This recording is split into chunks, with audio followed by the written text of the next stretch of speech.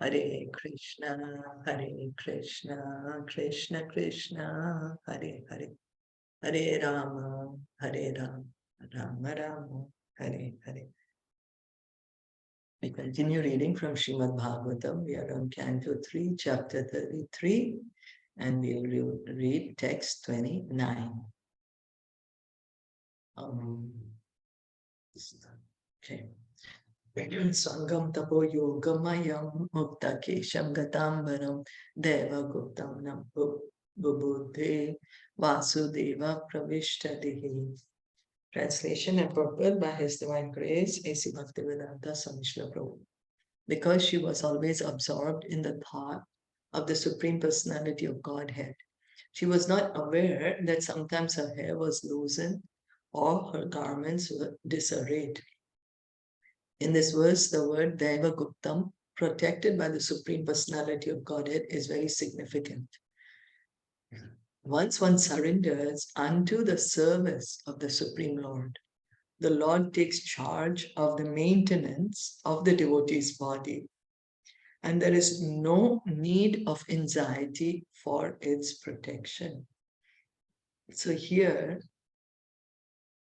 Prabhupada is writing that protected by the Supreme Personality of Godhead, when one surrenders completely, this is complete surrender, fully, when one is fully surrendered unto the Supreme Lord, there is no need of anxiety for the protection of the body.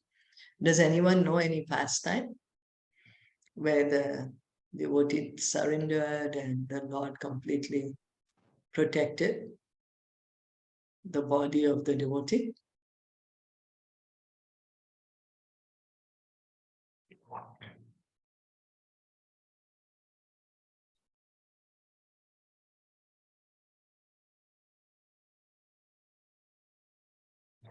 One example that comes to my mind is Draupadi.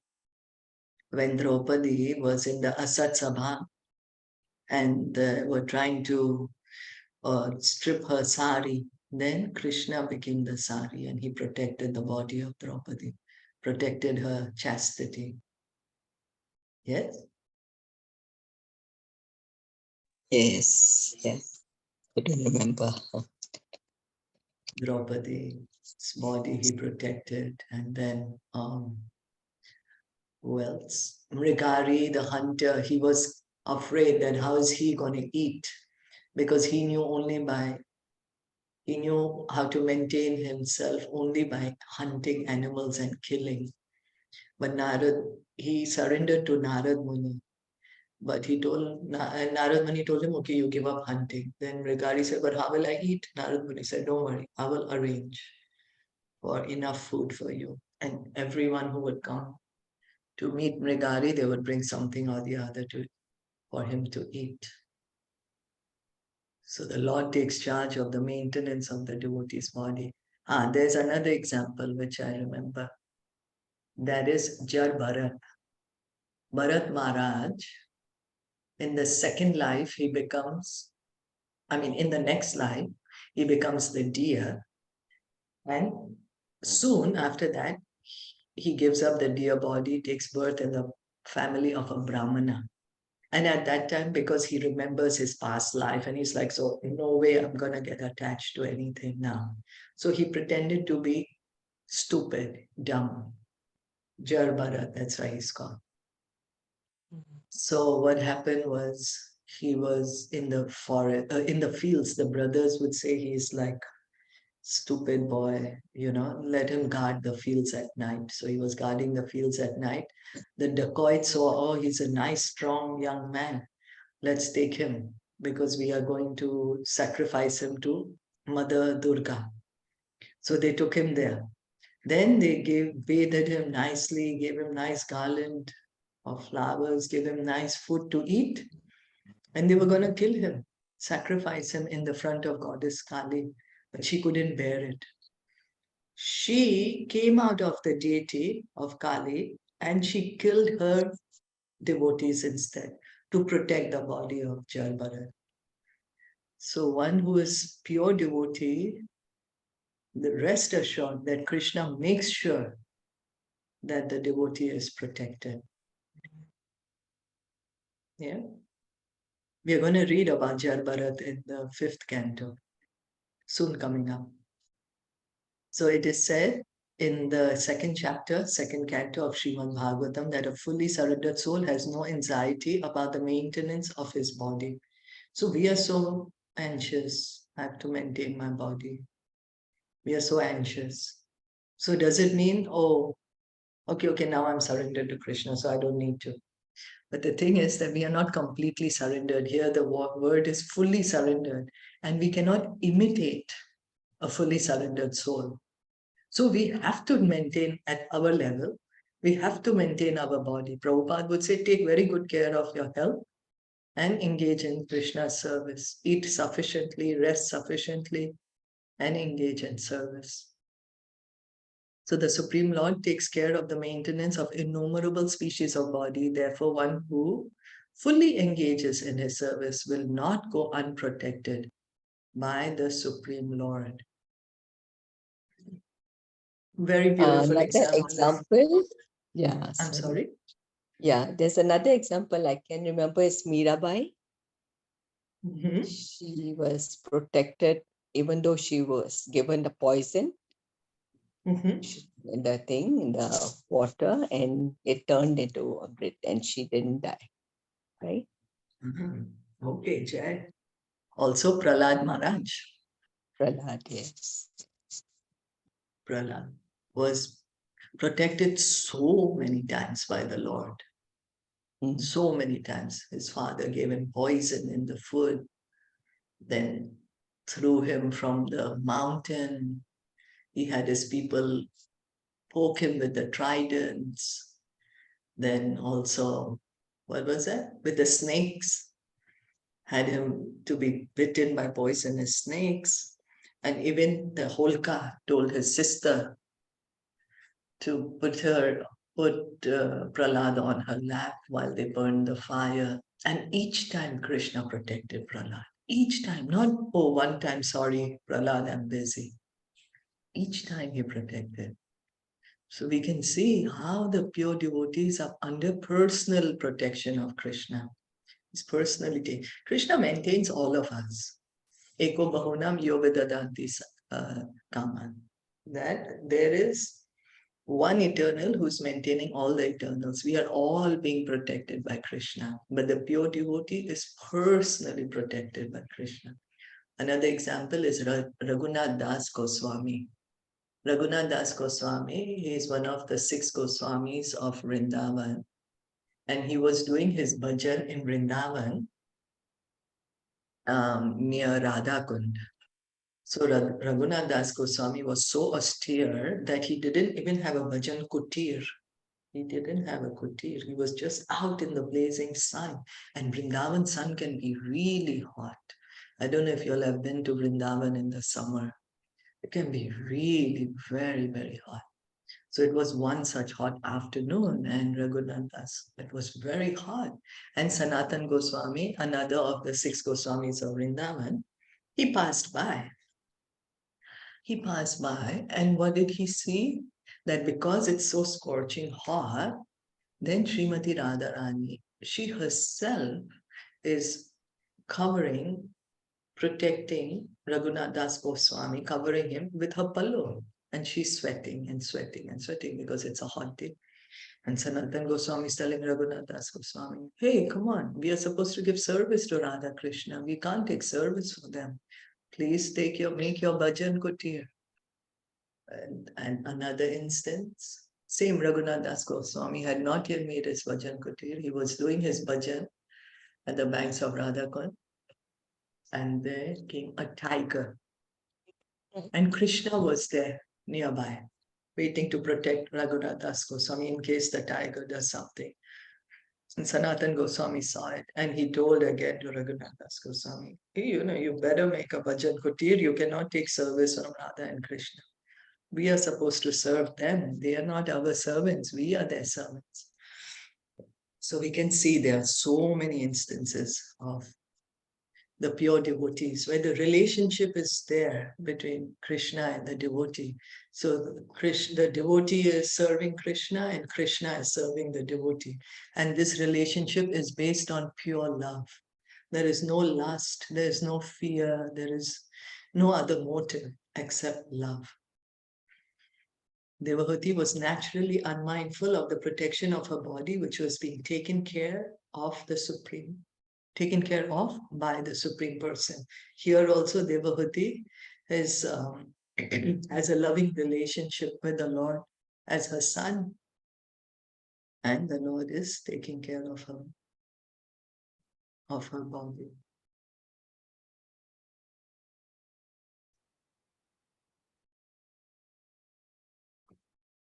Evam sa kapiloktena margane margena chiratah param atmanam brahma nirvanam bhagavantam avapaha.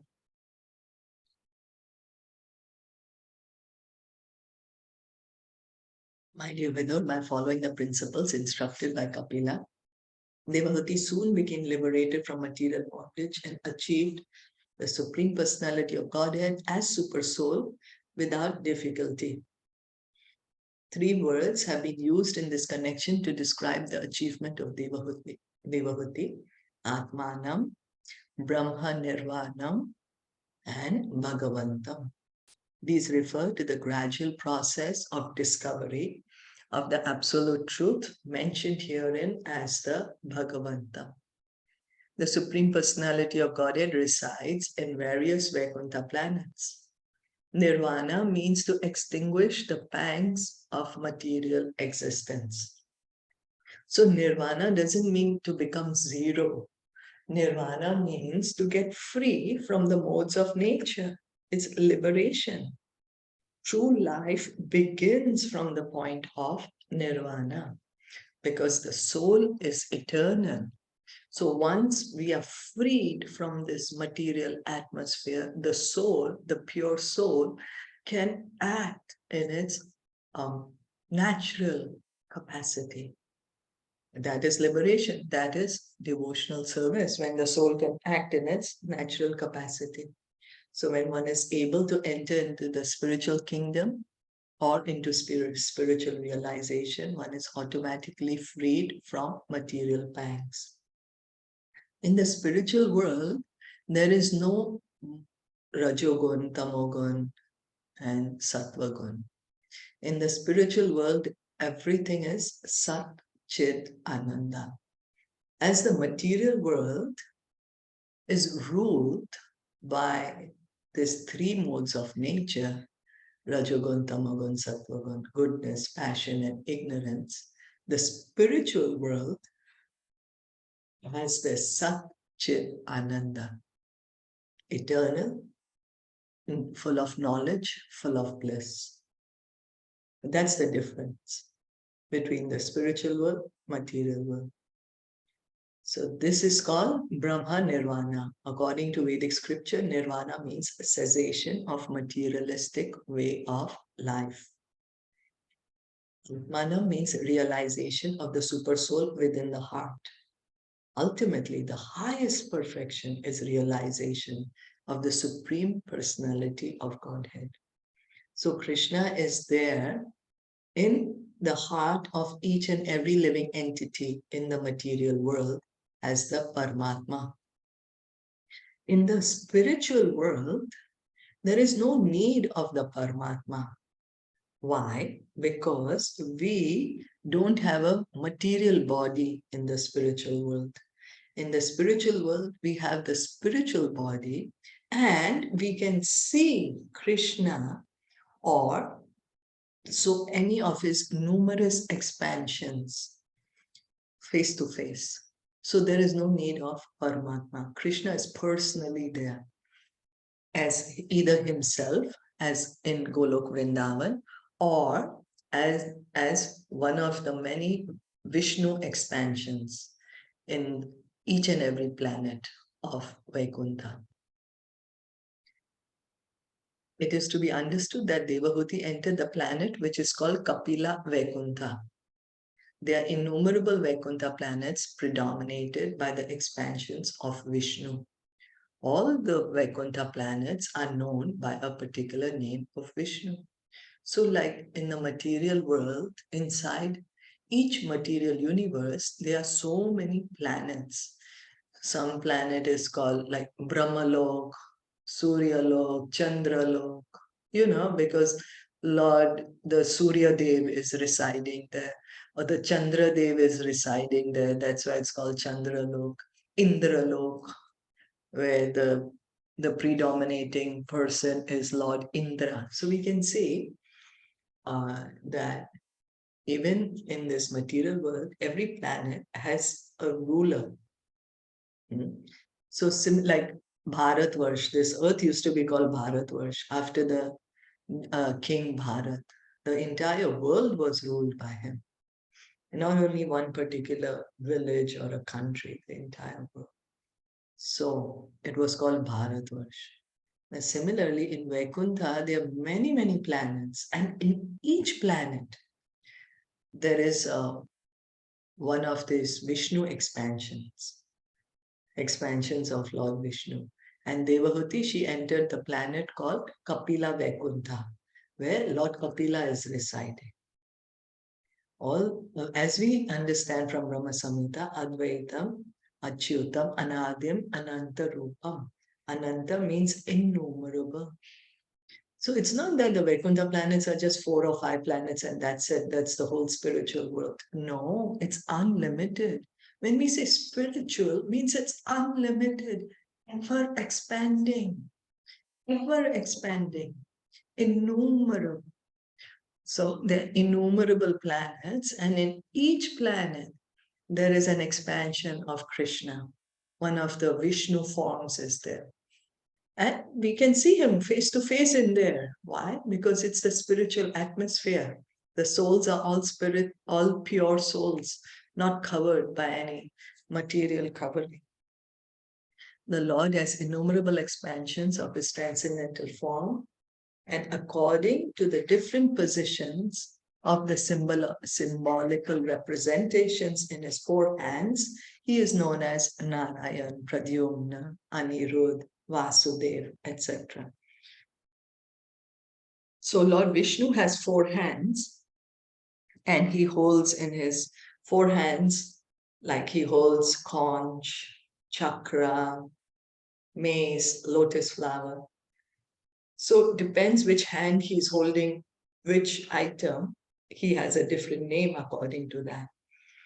And that form of Vishnu is in a different planet. There's also a Vaikuntha planet known as Kapila Vaikuntha, to which Devahuti was promoted to meet Kapila and reside there eternally, enjoying the company of her transcendental son.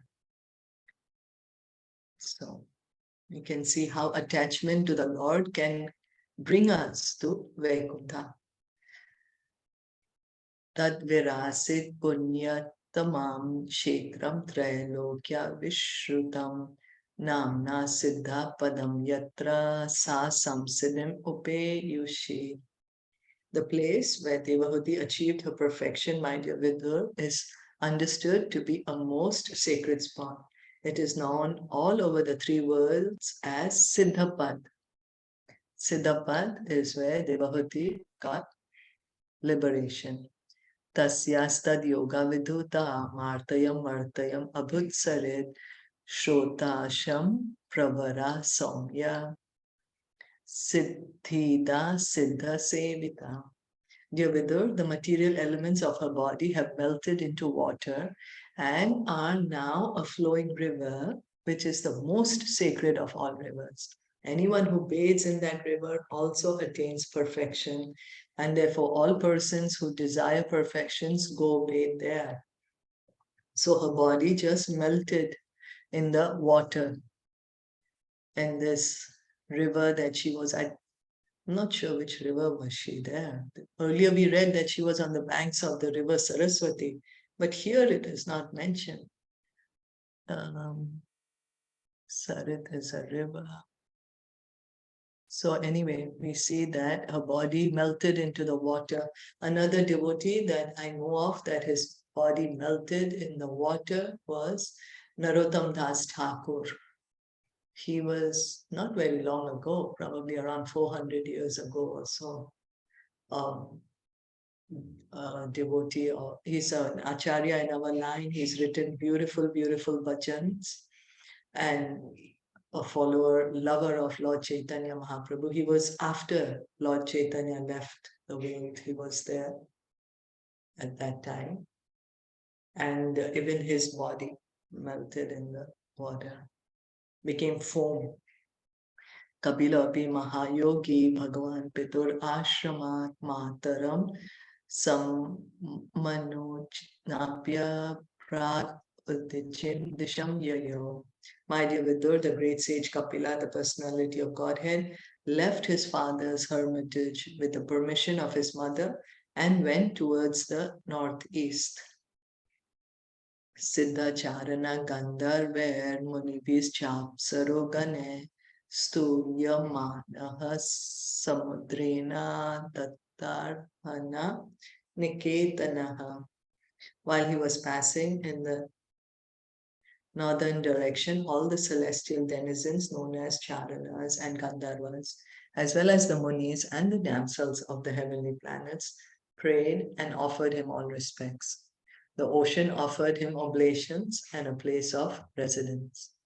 It is understood that Kapila Muni first went towards the Himalayas and traced the course of the river Ganges, and he again came to the delta of the Ganges at the sea, now known as Bay of Bengal. So Lord Kapila, he went to the Himalayas, then, and he was following the flow of the Ganga. He is following the flow of the Ganga, and the Ganga comes to the Bay of Bengal. And that's how, from the Himalayas, then he came to Bay of Bengal. The ocean gave him residence at a place still known as Ganga Sagar, where the river Ganges meets the sea. That place is called Ganga Sagar Tirtha. And even today, people gather there to offer respects to Kapila Dev, the original author of the Sankhya system of philosophy. So people still go to the Ganga Sagar Tirtha to offer respects to Lord Kapila.